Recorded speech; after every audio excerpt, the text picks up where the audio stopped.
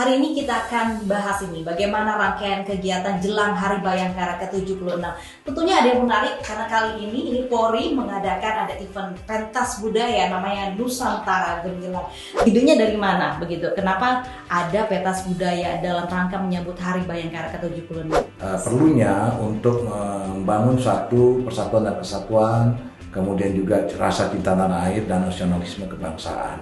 Itu disentuh melalui satu kegiatan pentas seni budaya untuk menyentuh anak-anak muda di pergelaran tanggal 28, yaitu pergelaran Nusantara Gemilang, yang dimana mereka harus membaur, mereka harus bisa bekerja sama dan membuat satu pergelaran yang disutradarai oleh saya sendiri, dan itu akan menunjukkan bahwa bagaimana mereka bisa bersatu bersama-sama membuat satu garapan.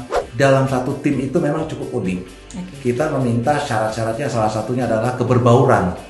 Jadi dalam satu tim di provinsi itu boleh membawakan budaya dari daerahnya, tetapi kontingen itu harus ada keberbauran pemuda-pemudi yang terwakili. Misalnya dari kontingen Sumatera Barat itu harus ada orang Jawanya, ada orang Kalimantannya, ataupun orang Gorontalo bahkan Papua. Menunjukkan tadi kebersamaan, keberbauran, dan keakraban satu sama lain untuk membangun rasa cinta tanah air, nasionalisme, bahwa kita bersatu itu pasti kuat. Indonesia maju, Indonesia tumbuh.